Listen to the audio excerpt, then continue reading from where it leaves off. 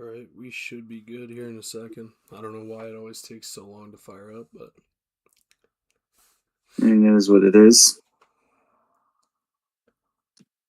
we're gonna have Derek in here and Keegan and Oh God, the all our dynamic. biggest fans. Oh, Oh, we're live. we're live. Yep. Welcome All to right, we week three should be good here coverage in a of second. Canada Gridiron. I'm your host, Dylan. I'll let these guys introduce themselves. I'm Kyle. I'm Colby. Adam. Yep. All right, let's just jump straight into recapping last week's games. First game of the week, Hamilton was at Winnipeg, and Hamilton got the win 37-27. Biggest talking point that I took out of this game is Winnipeg's defense might be something to be concerned about if you are a Bomber fan. So, what do we think? Is Winnipeg's defense something to be concerned about, or are we just jumping the gun on one or two bad games?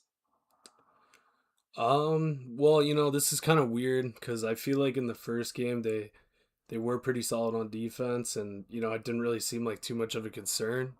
But at this point, yeah, I mean, you got to look at it and kind of wonder, like, are we really just looking at that D line as like that strong part of that defense? And if they're not going, then the defense can't really make too many stops, or is it more down to like just can those DBs and everybody step up around them?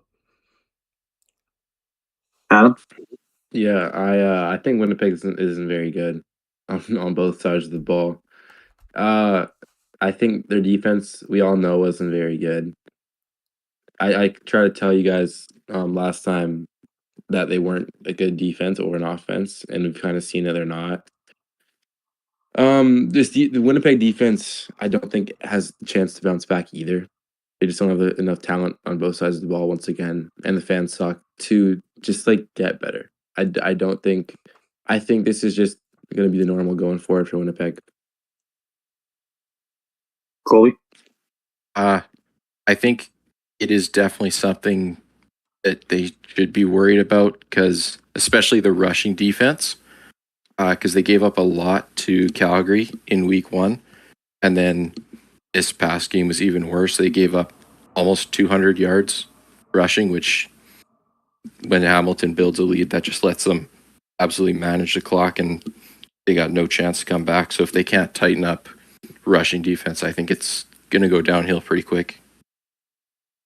Yeah, I will say I definitely agree. In the first game Winnipeg played, which was against Calgary, they gave up 389 yards on defense, and this week they somehow managed to go even above that and give up 455 yards. And that is definitely something to concern about when you look at who Winnipeg has in the division for quarterbacks. You're playing Nathan Rourke, Trevor Harris, Vernon Adams Jr., and Cody Fajardo. What is it, 10, 12 times a year? And Calgary might not have the best receiving core. Edmonton's is all right, but BC and Saskatchewan have really great receiving cores to support Rourke and Trevor Harris. So when you're going up against those two teams and they have a great quarterback and a great receiving core to support their quarterback, and your secondary is not managing to shut down the pass game or even contain it, then that's definitely something to be concerned about. The front seven can definitely get it done, but if the secondary is not getting it done, then there's only so much the front seven can do. Yeah, no, I agree. I think that really is the only sort of strong part that they have right now on their defense. And I mean, I guess if they had leads in games on offense, that would be fine because like the other team's gonna have to pass the ball, and I mean, it is a nightmare. Like dealing with like Jake Serezna and like Willie Jefferson like constantly is just it's awful, right? So if you can get a lead, I think the defense will be strong in games that they're sort of winning, but in close games, if the rushing defense is going to be this terrible and, your passing defense really isn't that great overall, it's going to be definitely tough for them. Yeah. Anything else? Anyone else want to add to that? I just want to say, like, I told you so. We know. All right, let's move on to the next game. And before we even get to it, I'll just let Kyle the floor to speak anything he wants because that was his team playing and that was his team taking the L. Well, we had to be hyped up about the Argos finally touching the field again. It was super fun for the first 2 minutes, and then they, obviously threw the flea flicker there to Phil Plot, and we're down 7-0. Kelly comes out, first drive back, almost threw a touchdown there to Unger, just couldn't squeeze it in. But overall, the positives I'm taking from this game are just all on offense. I really can't say anything good about our defense. We were late. We were getting beat. The D-line looks as atrocious as it did last year, honestly. I mean, we only got one sack, and that was a Darius Pickett. That D-line, it's got to change up real quick and start getting some pressure because Davis Alexander had all day. And, that's not to give credit to Montreal's defense either. They didn't play well. The East is looking like a bunch of shootouts this year, but I liked our offensive line, interior offensive line play with like Nicastro and Shepley and Hunter is very strong. Sam Hicks looks like a great back. We were able to run the ball finally again. And yeah, overall, the only positives I'm taking are on offense. But, it is a tough loss to take because we probably should have had 50 points if timing and everything was right, but they should have too, so. Yeah, all right, let's get on to this. Toronto and Montreal played in Montreal, and Montreal came out victorious 37-30. Now, I have two questions for you guys, and they can be answered simultaneously or individually. Is Montreal the best team in the league, and is Toronto up there with Montreal? Well, I wouldn't say that Montreal's the best team in the league. I think, especially after this weekend, you still have to keep giving that to Saskatchewan. I don't think I've seen enough out of Montreal's defense to really buy into that yet. And I mean, they are a good team. I do think they probably would be the best team in the East right now. I do think Toronto is there. They will be extremely disadvantaged, though, throughout the entire season. So we'll see if they, can keep up. But yeah, I don't think Montreal's the best team in the league. Best team in the East right now, probably. But Adam? I don't know why that's a question, Dylan. It's a bad question. I don't think Montreal's top two. I think we know who the top two teams are, and they played last Saturday. Like BC and Saskatchewan are the best teams in the league, and BC's obviously better. It was a tough week, but no, Montreal is the best team in the East. Yes, they are. They have the best quarterback in the East by far, by far. Bo's solid, and Jake Mayer's all right. Chad Kelly is not, but Montreal by far is the best team in the East. I told this last week. Best quarterback, running backs aren't great, but good receivers, good, probably best defense in the East too. Yes, but in the league, they're not. They're not the best team in the league. But obviously, if you're best in the East, you're probably going to make the Grey Cup. So they have a chance to be the best in the league, like record, like statistic wise. But no, it's BC and Saskatchewan. Colby? Yeah, I agree. I think Montreal is like maybe top two. I think kind of it's Saskatchewan is the top for sure. And then it's Montreal, BC are kind of 2 and 3. And I think I don't really want to make any kind of final opinions on Toronto yet. I want to see him play some more because there's been so much change in that team, and Ellie has not played in a really long time. So I want to see if that was more of a fluke performance or if he can actually keep putting up like 300, 350 yards and like 30 points like all the time. No. So I don't think Toronto is definitely right there yet, but I think there's definitely some potential. As for Montreal, are they the best team in the league? I do think that to be the best, you got to beat the best. And as right now, Saskatchewan, taking this reign from November, is the best. Still haven't lost it yet, but unfortunately for Montreal, they don't get a chance to play the Riders until week 19, which we've already gone over how bad the scheduling part of that is, but Saskatchewan will still hold that reign until they lose it, but Montreal definitely has proven that they're right there with Saskatchewan. I do think they're better than BC, at least at the very moment. BC still has a chance to prove me wrong about that. There's 19 more weeks of football left in the season. But the way Montreal's been playing this season, while the defense hasn't been the greatest, when you have an offense that has been as successful as Montreal's offense has been, you have a chance to beat anyone in the league, including Saskatchewan. And there's no reason to say this team can't win the Grey Cup. So time will tell, and I do think they have to prove it still, but they may very well be the best in the league. As for Toronto, I don't know if they're up there with Montreal, but it is.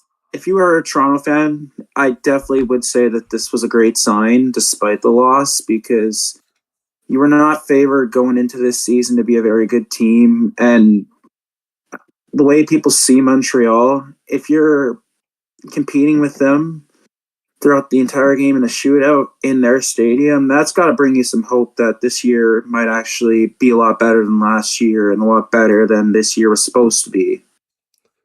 But that's one game. It could just be a one-off game, so time will tell with that too. But Toronto might be up there.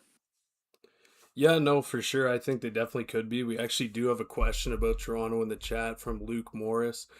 He's wondering how we think Toronto is going to be affected overall from not having any home games until August. First of all, shout out my goat, Luke Morris. It's definitely going to be hard for them because I've never been an athlete at a high enough level to be traveling consistently, but anyone that has spoken to an athlete that is like that or knows about or has heard from an athlete speak about personal experiences knows that the traveling is one of the hardest things in being a pro athlete. And to not have a home game that long and to that far into the season, not only is that an unfamiliar, but it's going to be really draining on the players. Yeah, I agree. Adam? Yeah, Sorry. go ahead. I'm sorry. Yeah, no, I agree. I think it will be super draining.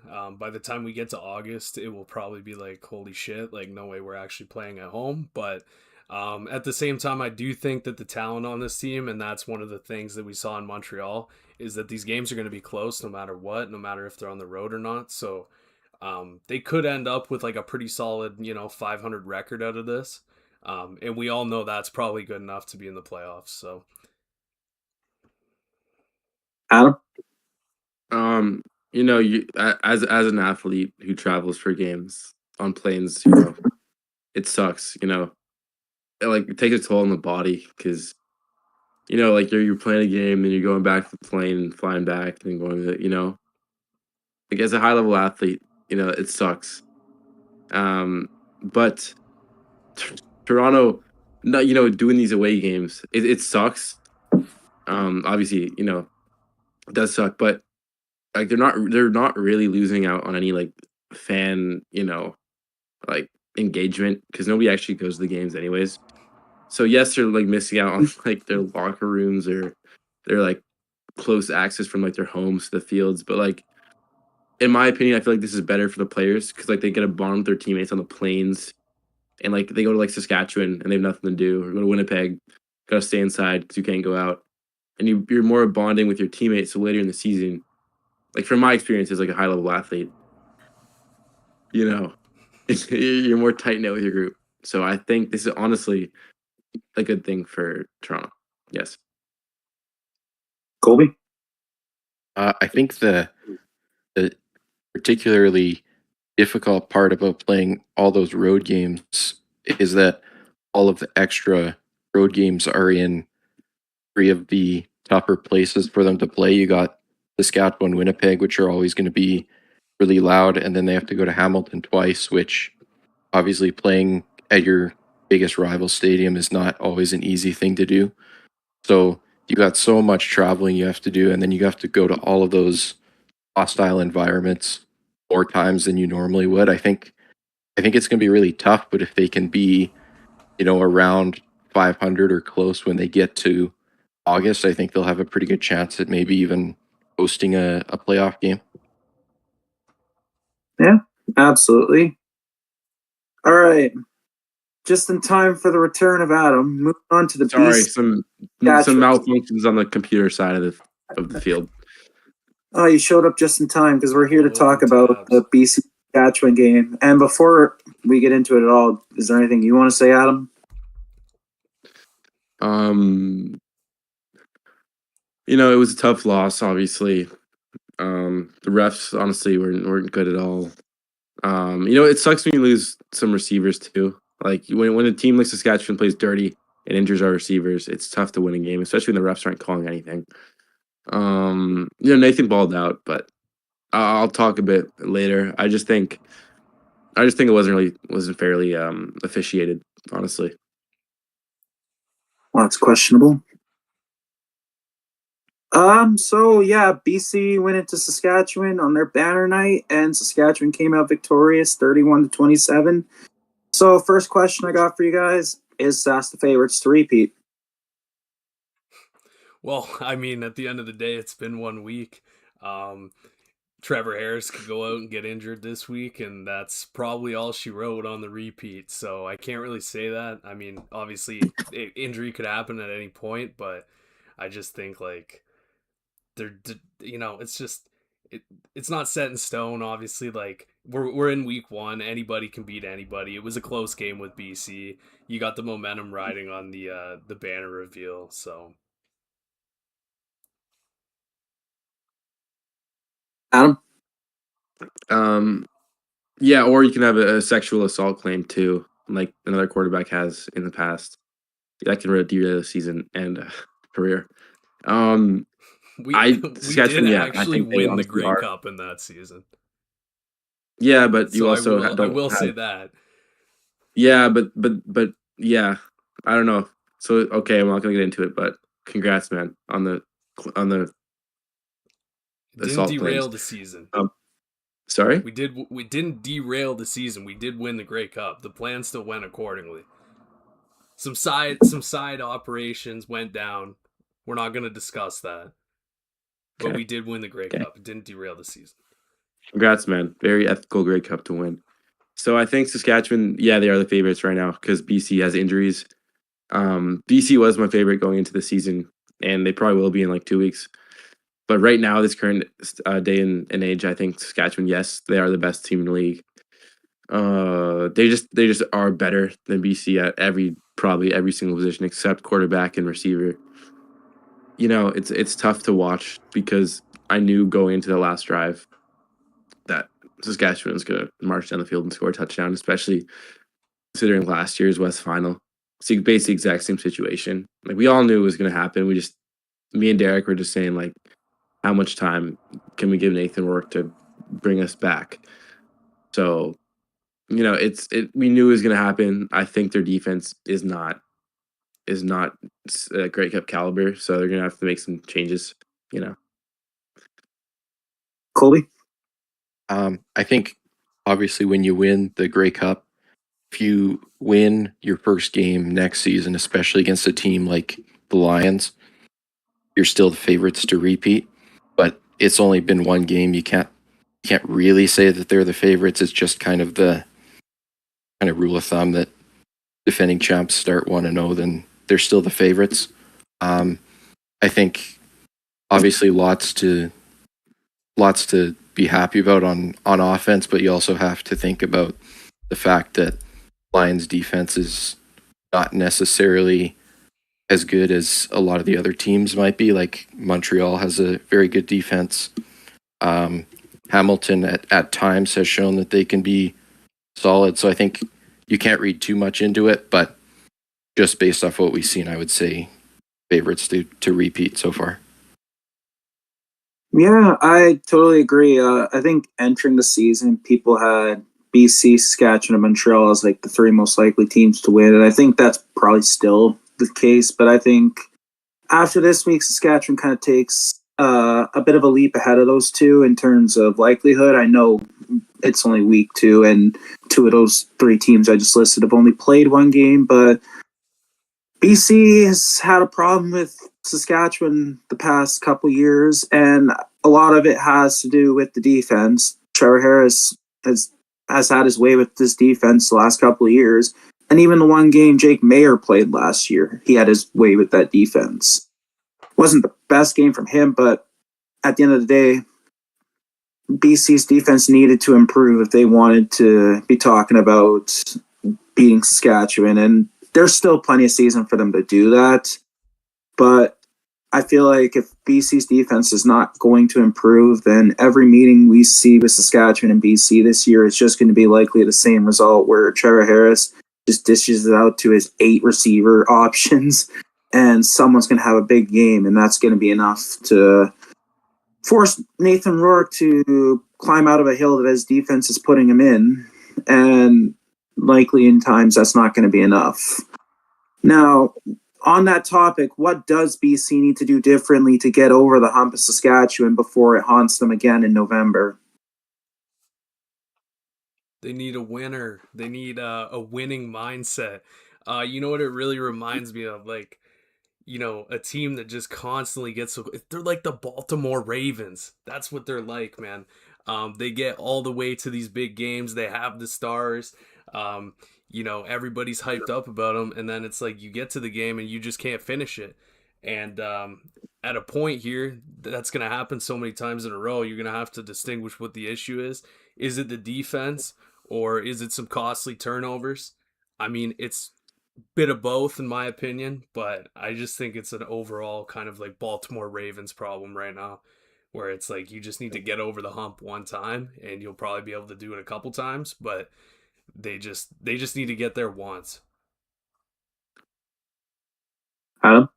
I think we got like 2 options here. I think the first option is just get one win and like just get one, not even like a huge game. Just to see, it's like in basketball, if you make one shot, then boom, you're good. You just need to get one win, and like, okay, like we got it going. And then like that's a good option, obviously, like you gotta hope for it. And I think the offense of BC doesn't have any issues with Saskatchewan's defense at all. Like they're not like BC's offense doesn't like, you know, doing whatever they want against them, but they're not like bad. Like they're playing well every game. Their defense isn't. So I think defense has to step up and make like one like good play, because I don't remember one like good defensive play that BC's made versus Saskatchewan, honestly. But the second option is honestly just go for Trevor Harris's knees and then bring in the backup. I don't even know who their backup is, but bring him in. You know, he probably will have his way with BC too, but I think that'll kind of demoralize Saskatchewan. So I think that's another option too. Colby?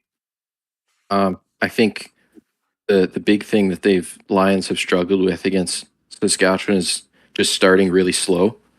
Like last year, I'm thinking the early game against Jake Mayer. Obviously, Mazzoli was starting, but they couldn't really get anything going early. And then the second game, when Rourke and Harris were both playing, the Riders were up, I think, 17-1 after the first quarter. And then just this last weekend, Riders go up 14-0 like right away. And then once the Riders have some momentum, they're able to kind of manage the game.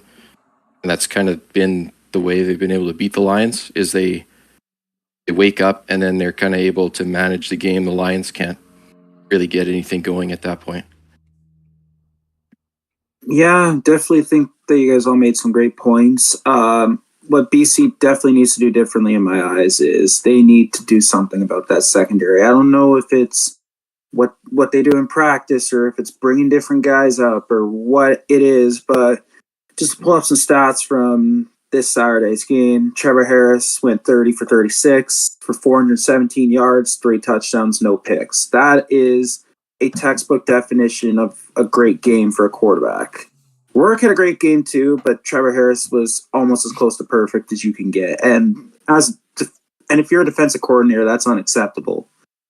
And that can fall on every part of the defense, because you look at, you can just sit there and blame the secondary for everything that happened in the passing game. But when Matthew Betts actually made a play in that game, it extinguished an entire Saskatchewan drive that was going. And that is a huge difference in a game. If you can get help from the front 7, the secondary can do a lot more. So it's not just a secondary issue, but when you have 2 receivers that go over 131 yards and a third that scores 3 touchdowns, you definitely cannot look at your upcoming matchups against Saskatchewan and think we don't have to address that. That has to be the biggest thing that gets fixed if BC wants to beat Saskatchewan later in the year. I just had a thought here. I just wanted to add in quick question. Would everyone agree that like just overall like defensive back and like secondary would be like the weakest CFL position group like league wide? Because I'm thinking about it. I don't love Toronto's secondary. We were talking about BC. We're talking about Winnipeg secondary. Like I just feel like it's probably the biggest like sort of lacking part of the CFL in terms of talent right now. Are you Yeah, I talking about agree. like Honestly, sorry. Are you talking about like in comparison to the NFL?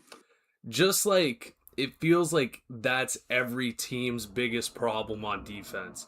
And I don't know if it's just because, the field's bigger, so like obviously that's always going to feel like the issue or what is it, but I just really don't think that the talent pool like in the secondary across the entire league is that good overall. Like there is some really good guys, but I just think that's like the biggest need for every team almost. All right, sorry about cutting you off. yeah, no, you're good. I think that the thing with what you're saying here with the defensive backs is that teams that have good defensive backs, like they're almost always young Americans most of the time. And the thing with that is they just go to the NFL the next year. So you can't really sustain a good defensive back most of the time. Like BC had like Robert Carter Jr. last year, and he was one of the best defensive backs in the league, and he's gone. Saskatchewan had, well, I guess Saskatchewan doesn't have American young DBs, but I remember with like D. Alfred in Winnipeg, I feel like the best defensive backs are always the younger ones, and like there is some good older ones, but it's hard to sustain a good defensive back room if they're just gonna like move on to the NFL the next year. Like obviously there is 10, 15 like solid cornerbacks in the league, but outside of that, I feel like every year there's like new ones and new ones and new ones. Then once in a while, maybe they'll hit as a good player. But almost always they're just like burnt toast when they play against good receivers. Colby? I agree with Adam for sure. It's whenever you get good defensive back, they're always leaving right away. But also, I think at least part of the issue is that uh, the quarterbacks in quarterbacks today are so good in the CFL. Like Ottawa has Jake Mayer and Drew Brown, who are great but have shown a lot of potential. And then across all the other teams, you can't really find like a bad quarterback. Like all of them are so good, and then the receiver talent as well. Every team has one or two like very talented receivers. So I think it's a combination of the quarterback and receiver talent, and then the kind of inability to hold really good defensive backs in the CFL. Yeah, I think it's baked into the rules too. Just yeah, with the waggle and the field size and everything, it makes total sense. Like if you can cover here, like you can cover in the NFL. Like you take away the amount of space you need to cover. There's less players on the field. It makes sense. Even your point there, like Qantas Stiggers, was played for the Argos for 1 year and got drafted into the NFL, like from the Argos. No college football at all. So, I mean, just crazy, but. Yeah, no, I think it's kind of baked in and that sort of issue as well. I definitely think a lot of great points have been made, but I do think that if you're looking at it from a scouting department's perspective, the hardest position for them to find is probably corner, because you can look at all these defensive linemen and linebackers in college, and you can tell by their highlight tape, okay, these guys are really good. We want to get these guys in. But when you look at cornerbacks, like if you look in the NFL for a second, the best cornerback isn't the one that's going to be getting all the interceptions and all the highlight reel plays. It's going to be the one that no quarterback wants to target because he's that good at locking up their best receiver that the quarterback is scared to throw that way. That's the hardest part. Is it's a lot harder to find the talent because the talent is not getting the recognition. Yeah, I mean it's gonna be tough to find. It's kind of just a thing where, like all the best guys leave anyways, and then you got to find new ones, and then they got to adjust to the game, and then that takes time. It's like, I mean, I feel like we're all kind of right about this. Like it's the hardest position to scout. All the good talent leaves, and I mean, it's kind of like I said, just baked into the rules. Like you can't get too crazy, of a defensive backfield just because no matter what, like it's too easy. Like the game's favored for the offense, anyways. So Yeah. All right, we want to move on to the news section. Let's do it. Let's start with the fact that history was set this weekend in the CFL. 4 quarterbacks tossed for over 400 yards in their games, which is the first time in over 3 decades that has happened. And that happened on a 3-game week. So there was only 6 quarterbacks playing. Chad Kelly had 445 yards, Davis Alexander had 441, Zach Claros had 421, and Trevor Harris had 417. And even the 2 quarterbacks that didn't, which was Nathan Rourke with 330 and Bo Levi with 287, they still had great games. This is definitely a good sign for the league when you look at back in 2021 when we were sitting here talking about how the talent level at quarterback has definitely dropped off drastically. And now here we are 5 years later, and we're setting records in 3-game weeks for how good our quarterback play is. I do want to say the funniest part about that, the 2021 situation, is that pretty much every guy who's starting right now, who we're talking about in this regard, was here already. They just weren't in the situation. Like, BC got Rourke back and everything, and that was, opened up for Vernon Adams. And like, even just, even you look around the league, like a lot of teams have 2 pretty good quarterbacks at this point, like Arbuckle and Kelly, and Hamilton. Although I don't love Trey Ford, has a pretty good 3-man sort of setup there. So I do think just overall everything's been getting a lot better at the position. But the main guys have kind of always been here, and other than like Davis Alexander and like Rourke returning, it's not really anything too much different. Adam? Like yeah, it's good, but obviously like the one we all wanted to see didn't get 400. It's impressive, honestly, across the board. I just I don't know if this is honestly a great quarterback week or if it's a bad defense week. You never know, or if it's a bad running back week because like I feel like all the running backs played pretty bad. The quarterbacks played well, receivers played. I think the offense just played well everywhere. I feel like every game was just good offense, not great defense.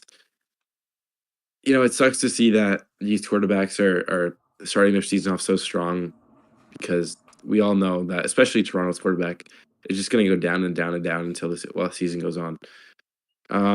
It also, we all know if Zach Claros, he didn't get 400, no? He got 400. Oh, that sucks, man. 421. 421. He lost, right? Yep. Yeah, that sucks. Sorry? Did Rourke lose?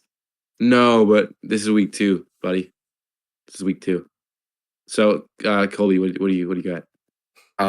I think that it's just super interesting to see. Especially you got to consider how old that some of those guys are, right? Like Harris is 40. I don't know how old Caleros is. I think he's 37. It's like these old guys are still getting it done. And then I think even like Mitchell, I think if he had to pass for close to 400, he easily could have because he barely had to do any passing in second half because they were already up by so much. And then BC was shorthanded at receiver. They had a lot of guys go down. I think there's definitely some left on the table there. I think Rourke could have pushed closer to 400 if he had all his guys out there.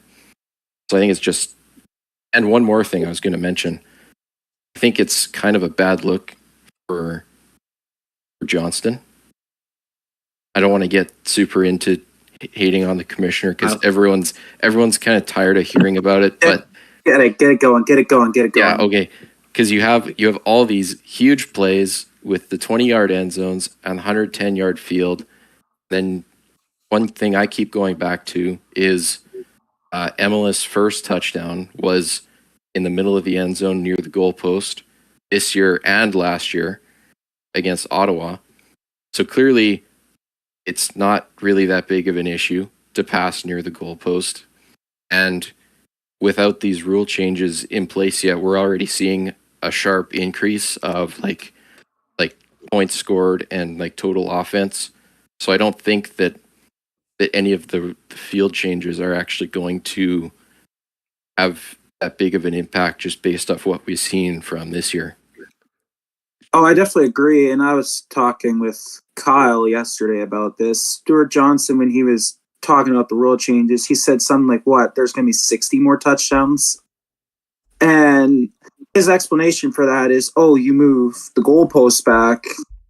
That opens up the middle of the field for so many more touchdowns. But what he fails to realize is that the middle of the end zone is by far the smallest part of the end zone with the most defensive traffic. There's a reason why quarterbacks tend not to throw there, because it's a lot harder to complete a pass when you have 4 defensive linemen and 3 linebackers waiting for you to throw the ball, ready to get in front of it or bat it down, than it is to find a 1v1 that you like on the boundaries.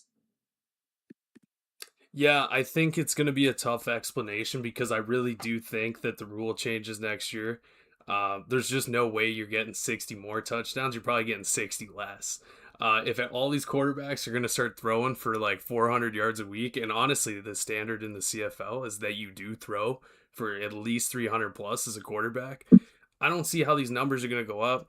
The post in the middle is a pick at the end of the day. I mean, you can get guys wide open running beside that thing, and you can tell me that's a player safety issue, but I mean, shit, like, regardless, it's baked into the game. It's the best part of the post being there is that you can basically set a pick for a guy and get a guy wide open, and it's totally legal.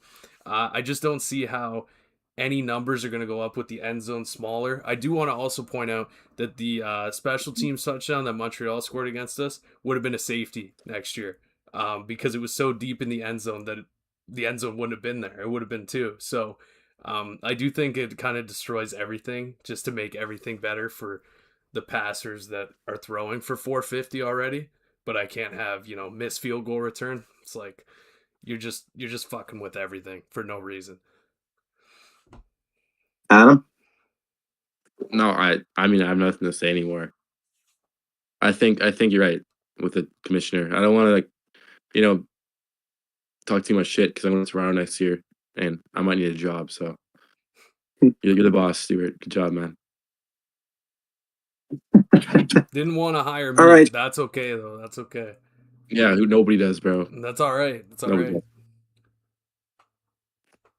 All right, the other news story that broke yesterday is that Ottawa unveiled some new white uniforms, and oh my god, I gotta say, those things look amazing. That's how you do a white uniform reveal, and I really hope this Saskatchewan is doing something similar. I mean, I thought they were pretty good uniforms. I don't like to give the Ottawa Red Blacks credit at any point, but I guess they deserve it at this point. I was a little confused as to why these are away jerseys, but they're going to be worn at home this weekend. But if that was the case, why didn't you just wear them in week one and kind of have that there? But I mean, it is what it is. They do look really nice. They look way better than BC's white jerseys. So I got to give it to them. Adam? Honestly, that was not called for, but yes, I do agree. They are nicer than ours. They're both very nice. But yeah, no, they're probably nicer. They're nice jerseys. I just think they're kind of wasting them on a shitty team like Ottawa. I mean, the lighting in the stadium also sucks, so you're not gonna be able to see them as well as if they wear them in like BC or Saskatchewan, an actual nice stadium. But I do feel like Ottawa's like they don't deserve a jersey like that. Maybe like win actual games and then get a nice jersey. Yeah. Colby? Yeah, I don't have a lot to say about it. It is very nice. I really like it, and I think this is what BC's could have been. Like this, I think they would look great with like a white helmet as well to go with it. I think having a full color number is very necessary to have on a white uniform. So I think BC and Saskatchewan for when they reveal their all whites, whenever that is, should take notes because I think this is a great way to do a whiteout uniform. Yeah, I got nothing else to say. It's Ottawa. Let's get to preview. Oh, pardon? I said it's Ottawa. No wonder you have nothing else to say. I mean, they got jerseys. That's it. That's the last time you'll be talking about Ottawa until you be like, holy shit, they're fucking 3-9 or whatever, and they're just out of it already. That's the next time you'll talk about them. Next time I talk about next week when I'm saying they should start Drew Brown. Dinwiddie. Dinwiddie probably throw him in at halftime this week and then start him next week and flip flop. It's gonna be like the like 2021 when we had Thompson and Arbuckle and he just kept throwing, just shit at the fan there trying to figure out who their starter was. But that's kind of my opinion. They will probably figure something out there, but I don't get why Mayer is starting. He had one decent game in Saskatchewan with a receiving core that was stacked, and the other games that he played, like when Harris was just resting for the playoffs, he didn't even look that good. I mean, the teams we were playing looked worse, but he didn't even look that good. All right, do we want to preview some games? I'd love to. I'm sure you would. Let's start with the very first one, actually, BC and Hamilton. And the biggest story already out of this is the injury bug that has hit specifically BC's receiving core. Seven McGee, Javon Katoy, Stanley Berryhill have all been listed out, while Keon Hatcher is questionable. This is definitely going to be a big blow to the BC Lions and Nathan Rourke, especially if Keon Hatcher is out. But what do they need to do to overcome this? well, I think they do have a great quarterback, so that's where we got to start. I mean, the guy's got experience. He can make plays with his legs. James Butler's pretty solid back. As long as the offensive line doesn't all start dropping like flies this week, I do think they'll still be able to move the ball. I don't think Hamilton's that strong on defense or anything like that. So it still probably will be a close game. It does hurt losing the receivers, but the way I look at it is, I mean, one of these receivers sitting on the bench who doesn't have opportunity could end up being better than any one of those guys, and we wouldn't know just because, where the money's being paid or what have you. Like, you never know. Adam? We own Hamilton. Whenever we go in there, it seems like we win close games, yes, but Nathan Rourke is gonna have a huge game. Trust me. Even though the receivers are done, trust me. I was so high on Seven McGee this year. Like I drafted him in both my leagues. Random ass fact, but Seven McGee asked me to shoot his what do they call it? God. I'll come back to it. But he asked me to take photos for his something in some independent thing. Random thing. He's very cool guy. It sucks that he's hurt. I was super high on him this year. Like I said in last episode, I said that he's gonna have a big year, and he's not because he's hurt. But I think Katoy will play. Katoy is always hurt when he plays through it. Keon Hatcher probably will play as well. I don't think Berryhill will play. It is worth noting and maybe I looked at the wrong source, but I did see that Katoy's already been listed as out. Are you joking? That's what I read. I can double check after. Keon is questionable. Okay. I'm still not worried about it because we drafted 2 stud receivers in the draft this year. Nate Demontenac or whatever. And then Nick Senecal, who I think will actually be a really good player. I low-key don't know if he's on the roster right now. I checked and he wasn't on it. So I think he's gonna get added to it soon. I think he'll have a big not game. I don't know if he's gonna play, but I think he's gonna be a big factor in the team. Obviously, Nate Demontenac was the rookie first round pick. He's out though with a shoulder injury. So we did a lot of injuries, but we have depth. I think what's his name, Silas Bolden, who's back this week, who came off the practice squad. If you notice, in past games when Nathan has injuries at receivers, he still cooks every time. It doesn't matter, honestly. Justin McInnes will still have a big game. Probably 170 yards, 6 catches, 2 touchdowns. He's gonna have a big game.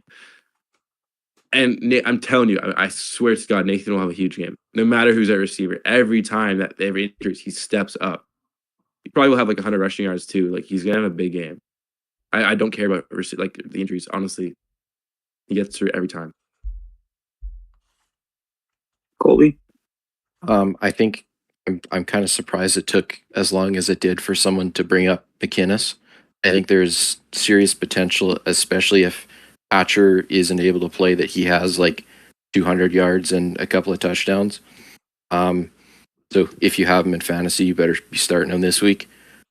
But I think the young guys are going to have to step up and really play well. And then, yeah, Rourke, he's probably going to be doing a lot of running. He's going to have to make plays. Because Hamilton's healthy, other than Jamal Peters being out. Hamilton's healthy. They have Lawler. Wheatfall's shown that he's been solid so far. We know what Gittins can do.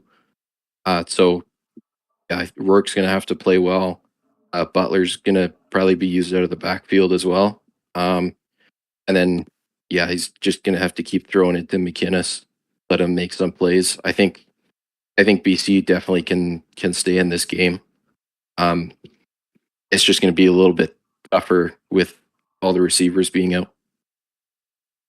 Yeah, absolutely. And I think Kyle made a great point with the backup receivers. I look back, not this year, but the last 2 years with the Riders, and we had such a great receiving corps. Some of our guys weren't even starting, but we found guys like Dante Myers and Joe Robustelli, just for example. And these guys were not starting at all when they come back. They were buried deep in the depth chart, but injuries came, they got their chance, and Myers is literally in the NFL now, while Robustelli is going to get a big role in Edmonton's offense. But when you have Nathan Rourke, he's going to give any receiver the chance to shine. I can't say too much about their depth because I wouldn't know who they have buried in the trenches, but they have Nathan Rourke, the best quarterback in the league. Unfortunately, he is, but he is the best quarterback in the league, and he will give you the chance. He's still got a reliable weapon in John McInnes, even if Keon Hatcher's out. And with Keon Hatcher, that's just even better. They still have James Butler, who they'll probably get going with early because if you're going to want to make the pass game work, you want to open up the run game pretty early on. So I expect in the first quarter they're going to run James Butler a lot. But the flip side of it is Hamilton has a really good offense too, and they're relatively healthy. Bo Levi knows how to sling the rock even at his old crippling age, and Kenny Lawler's the best receiver in the league. And they got some other good weapons to go with that. Nathan Rourke is going to have to keep up. And he's capable of doing that, but it's not going to be easy. Yeah, I mean, this would be the best week for BC's defense to like really show some serious juice, but probably won't happen. I do expect like kind of what Adam was saying, like the typical. It's like feels like every time BC goes to Hamilton, like as much as I hate Hamilton, those games are cinema, man. Like they're elite games, and I feel like nothing's gonna change with that. I just think, yeah, like other guys will step up. McInnes will have a big game. I honestly do feel like Keon Hatcher probably will end up playing, so I'm not really too worried about that. And I mean, honestly, I think they can piece it together. It'll be that classic Hamilton BC game, and I got BC winning probably by 2 points to 3 points. Um, it's gonna be the normal stuff we kind of see, except for hopefully they're. I guess they don't have those gray jerseys anymore. I want those gray jerseys for this game. They feel proper, but yeah. Those gray jerseys against Hamilton's gray jerseys, I don't remember what year that was, but that was so horrible to look at. Even though I think both uniforms are great, I can't believe that uniform matchup ever happened. This definitely feels like a 50-50 type of game. Any team can win it, equal odds. I do think that by the narrowest margin, BC will win this game. I was having a really tough time predicting, but I just decided you can't bet against Nathan Rourke in situations like this. I think that coming off a loss, especially against one that BC was really hoping they were going to get, that they're going to be fired up, and Hamilton's coming off a big win, so they might not be quite as ready for this game as BC is. BC's going to want to prove something. Yo, Dylan, what are you sipping on right now? Nothing. It's empty now. What are you? A drink? Like what? Tell us. No. Why? Because. Okay. I was just asking, but okay. Next question. So do we want to go on to Toronto and Ottawa? Not really, but let's do it. I guess we. Well, I'm the only one before excited. we start, one person is making the trip to Ottawa for this game, and it's cold. Who? Nah, kidding. Nah. I didn't know that. Kyle, what do we think about this game? Well, I'm going to be waking up at the absolute ass crack of dawn, haul myself down about 5 to 6 hours to Ottawa, go see this game. It's supposed to be piss and rain for just the exact duration, 1 to 4, so that's typical Ottawa. Big game, though, in my opinion. Ryan Dinwiddie playing his former team against, Mike Miller, who's obviously a rookie head coach. I think if either team can win, like either team that wins this game, it's kind of like a big prove it game. It really pulls, like whoever loses this game is kind of will be in the early basement of the East, and will have to do a little bit more fighting than the other teams. But I do think it's a big prove it game for either team. Ryan Dinwiddie can get sort of the staple win against his former team, and a rookie head coach could get his first win in the CFL against, a guy who he just coached under last year. Adam? Yeah, so you say Kyle? He's going to keep going I said about it. Adam. But anyways, Adam. No, go ahead, Adam. Go ahead. Kyle, it's Kyle. Can you stop? It's my turn.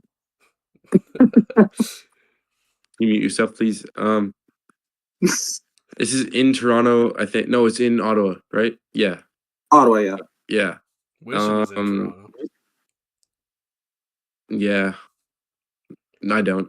But I think this game, I don't know if you remember, like 2 years ago, that game in Ottawa versus Toronto when they wore the black ones and it was like pouring rain. It was a shit show. It was like what was it? No, it was a game that Chad threw like the 2 pick sixes. Or it was just a horrible game. I don't know. I'm honestly not too excited about this one. I don't feel like it'll be a great game. I think Ottawa will lose because they just aren't, like, Toronto isn't good, but they're not as bad as Ottawa. I'm probably not going to be watching too much of this one. I can't lie to you. But I think Toronto has this in the bag just because, like, their defense is better than Ottawa's offense. And that's how I see this game going, is a defensive game. Colby? I think Toronto's definitely got the upper hand here, just based on what we've seen so far. I don't think Jake Mayer is that guy. I don't know why he's still starting. I think if Drew Brown's starting, it might be a different story because he's lit up Toronto a couple of times. But just based on what we've seen, Kelly just threw for over 400 yards against Montreal defense, and then Ottawa's offense just couldn't get anything going in their week 1 game. I think it'll be a similar story. I think Toronto, it might end up being close in the end, but I think Toronto should be able to manage it pretty well.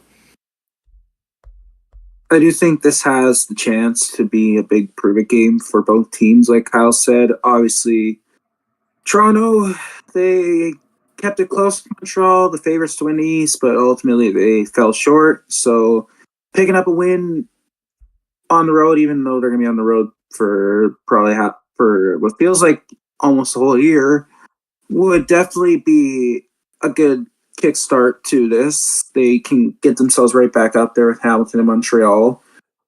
And for Ottawa, if you come in and beat Toronto, people start putting more respect on your name.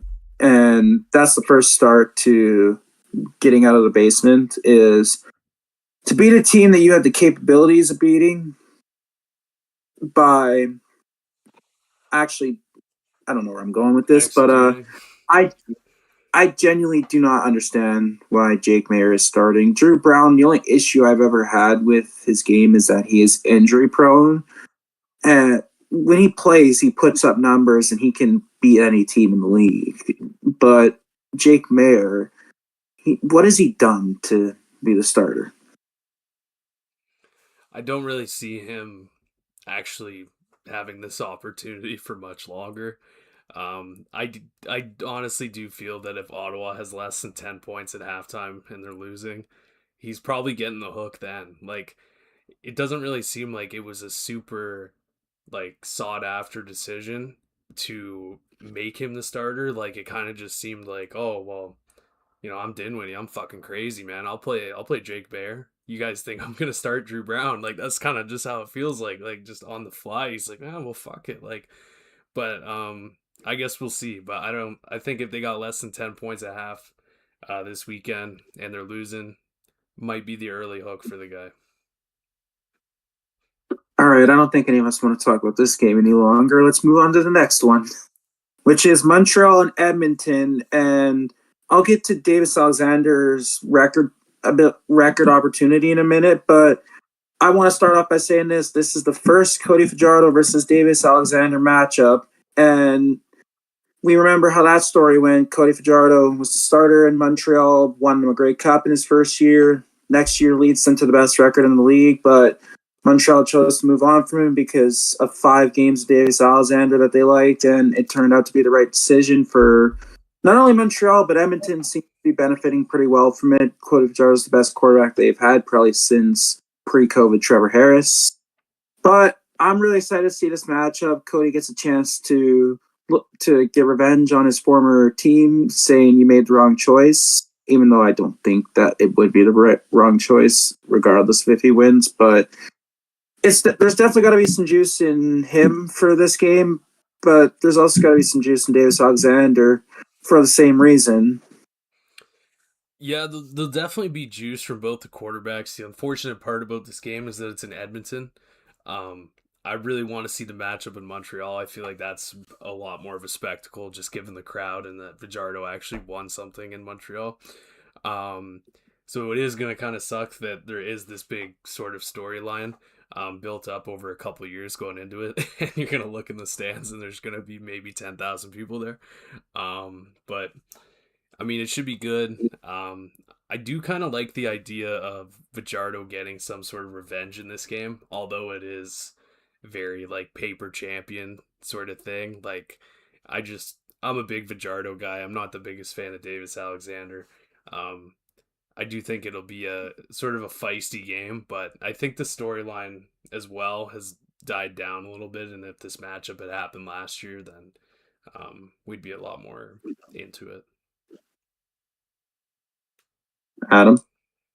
I just want to start with, like, we're supposed to, like, going into this game with, like, juice in them. Dylan, were you sipping apple juice or orange juice? Neither. Huh. Milk? Water? Soda. Soda, okay. Very nice. Okay, anyways. What were we talking about? Okay. Also, we haven't talked about Austin Mack. He's making his revenge game. Whoa, against Montreal. Like, I don't know if it's a revenge game because he was great in Montreal, but like, it is a game that he's going against his former team, first time ever. So is Cody Fajardo. So like that little matchup, I think will be pretty important. Pretty, like, it'll stand out is what I'm trying to say here. I don't know if Edmonton has what it takes to win, but I think we'll see that connection kind of flourish. Is that a good word? As the game like continues. Yeah, not much else because this game, it's Edmonton. Don't know much to say about Edmonton, but I think the Austin Mack Cody Fajardo connection will be like pretty cool to watch. Colby? Yeah, I think it's a good storyline. Fajardo kind of sort of a revenge game here against Alouettes and Alexander. I think just based on we know who Montreal is, we don't really know as much about Edmonton. I think Montreal definitely has the advantage here. What is that?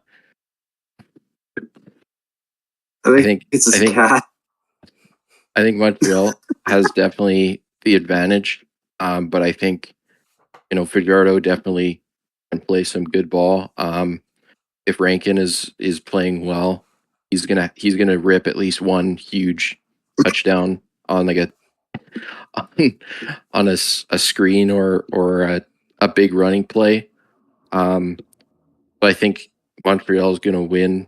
But I expect it to be a one-score game, and I think it could be pretty entertaining. For the six fans that decide to go. Yeah, no, That'll be good. one thing I Sorry, man. no, one thing I do want to say though is for being like an avid supporter of this league, I did not even clue into the fact that this was any sort of matchup. Like I didn't even think about that. So the fact that the league itself will not like is not being more vocal about that is disappointing. Like you could actually hype this up as a big game, but I mean, fuck, like I wasn't even really thinking about it. I think the problem with that is that there's been a whole year and two Montreal Edmonton matchups in between. But the problem is the first game last year, Cody Fajardo was still behind Trey Ford. And the second game last year, Cody Fajardo was starting, but Davis Alexander was hurt. So they didn't get the chance to play each other. But they finally have the chance. And I think that both quarterbacks definitely had this matchup circled as maybe not like an like a rivalry game in the sense that they hate each other. They definitely are still good friends. No, I But hate. that's the shut up. But that's the fun part about it. They both get the chance to prove what they want to prove for the first time.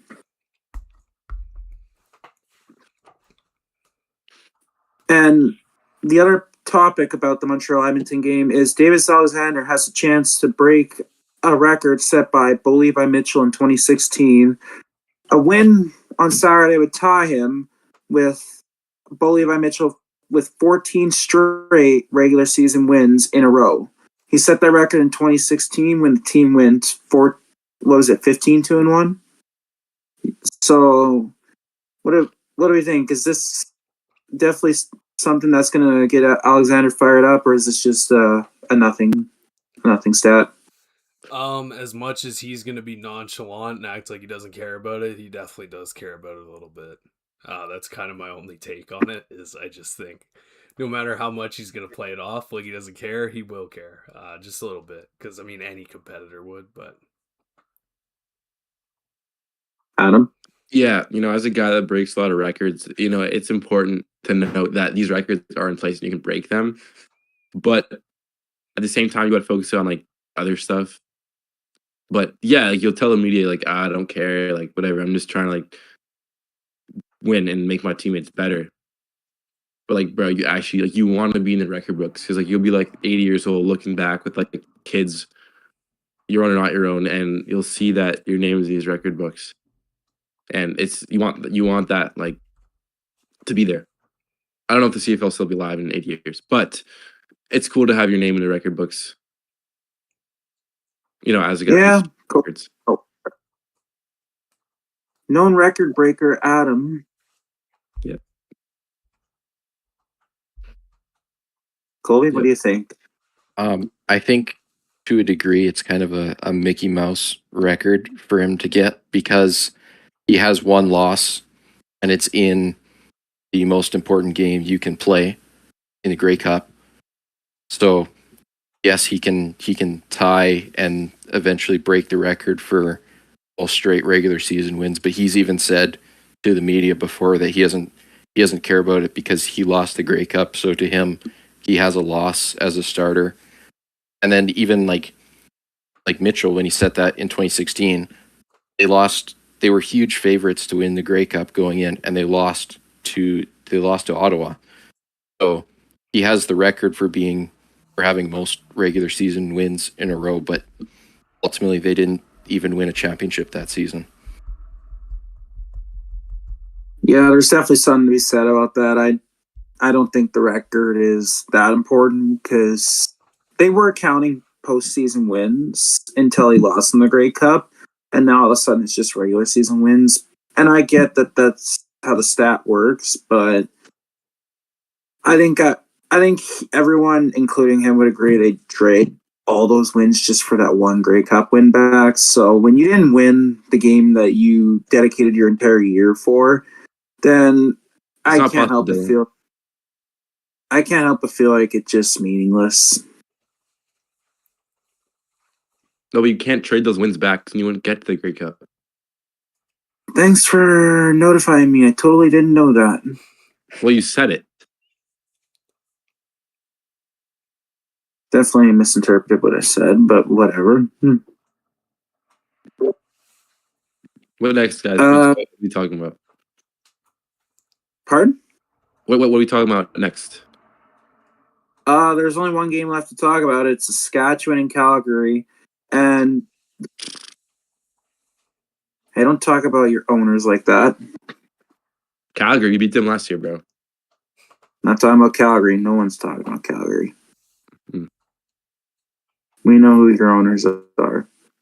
Okay. Okay. You know, I'm not going to say we're not because you did beat us last week.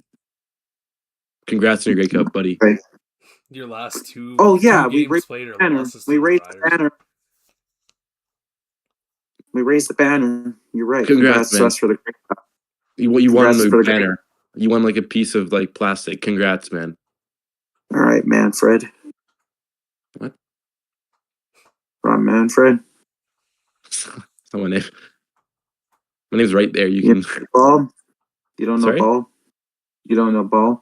No, I actually grew up in the 2010s, not the 1980s. 2009.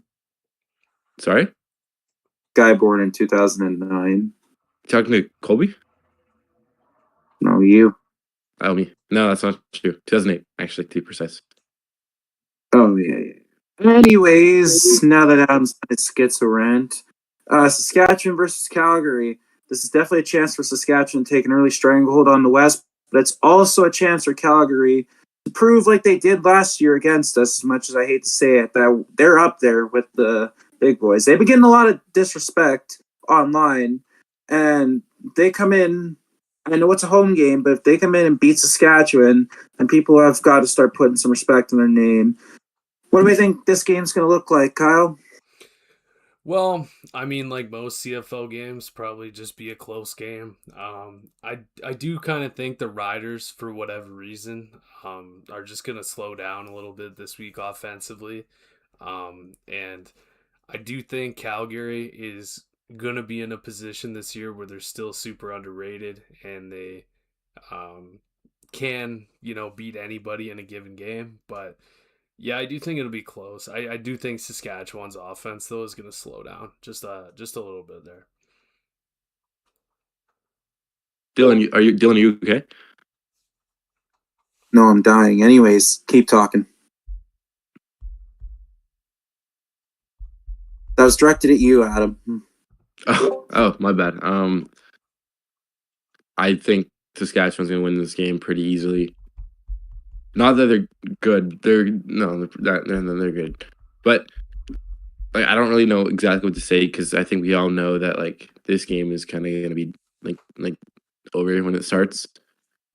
Like Calgary, okay, they're solid, right? They're a good team. Vernon Adams is good. I think he'll do pretty good. But wait, thinking about it.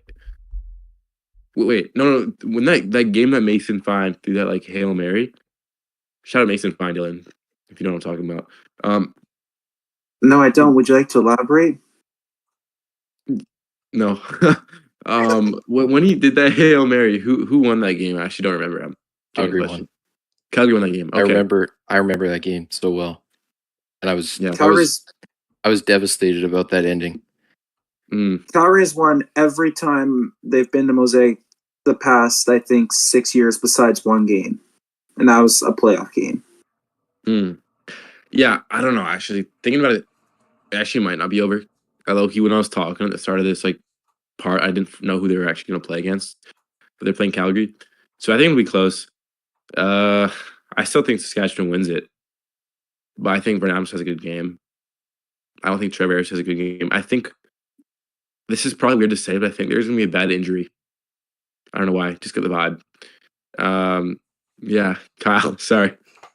I just think yeah. I'm sorry. Hopefully, it's a bad player, someone that's we don't care about. Garrett Marino. Hopefully. Exame. Oh, yeah, but he has a family. You know, that would suck. Imagine your dad comes home with a broken leg. That would suck. Yeah. Hopefully, it's like something like not that bad. I'm done. All right. Enough of Adam's schizo rant. Colby, what do you think? I think I want to say that Saskatchewan should be able to win, but I think last year both Calgary versus Saskatchewan games were like super hyped up, going to be like really awesome game, and then both of them ended up just being Calgary whooping Saskatchewan. And based off the fact that Calgary's getting Rimalote and Hutchings back this week, I think I just have a feeling that it's going to be more of the same. Like Adams is going to light us up, Mills is going to get going. We're not going to be able to get anything going on offense. I think it'll be close, but like until I see us be able to be like really competitive with Calgary, I'm just going to have to back Calgary. I think they just have had our number recently. Yeah, when I look back at the two matchups last year, there's a few things that I take note of, and it's the fact that the defensive line on Calgary was getting to Trevor Harris, which is something no other team was doing that last year. And I don't even think BC got. I think BC got one sack on Trevor Harris last week. So when I look at that, the O line definitely needs to step in. But I don't know about that because I don't really see much difference in the rosters last year for the Calgary D-line and the Sasko line. So I definitely think there is potential for the D-line to just take over and punish Harris. Another thing I'm not sure which one of the games it was last year.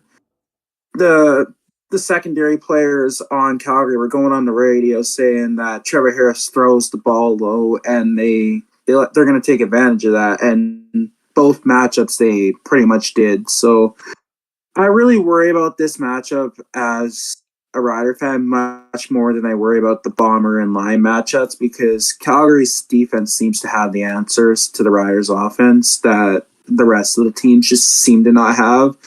I do think that this will be a lot better of a matchup this year for the Riders than it will be for the Stamps because the one game last year, Damien Alford absolutely torched us, and he did just get waived by the Saints earlier today, but he's not back in Calgary quite yet. So I do think that it'll be a little bit of an easier game for the Rider defense against the Stamps offense, but this is definitely a matchup I fear. But if Riders can get it done, I think that there's no team in the league that is going to pose a threat we can't match. So we'll see how it goes. I'm really hoping for a Rider win. I'm predicting a Rider win, but it would not shock me if this is the game that we lose.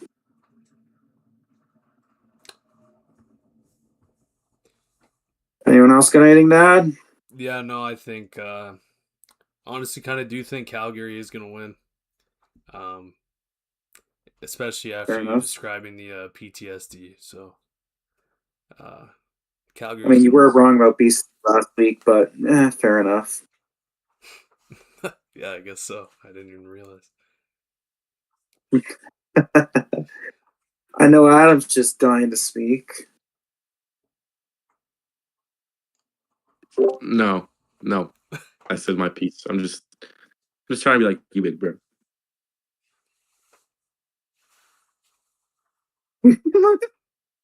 All right. I think we've had enough of this. This concludes this week's coverage of Canada Gridiron.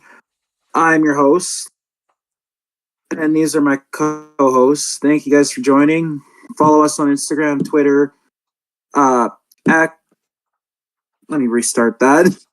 Follow us on YouTube. We go live Wednesdays at 9 p.m. my time, 8 p.m. Pacific, 11 p.m. Eastern. Follow us on Instagram. Twitter and TikTok at Canada Gridiron. Thank you guys for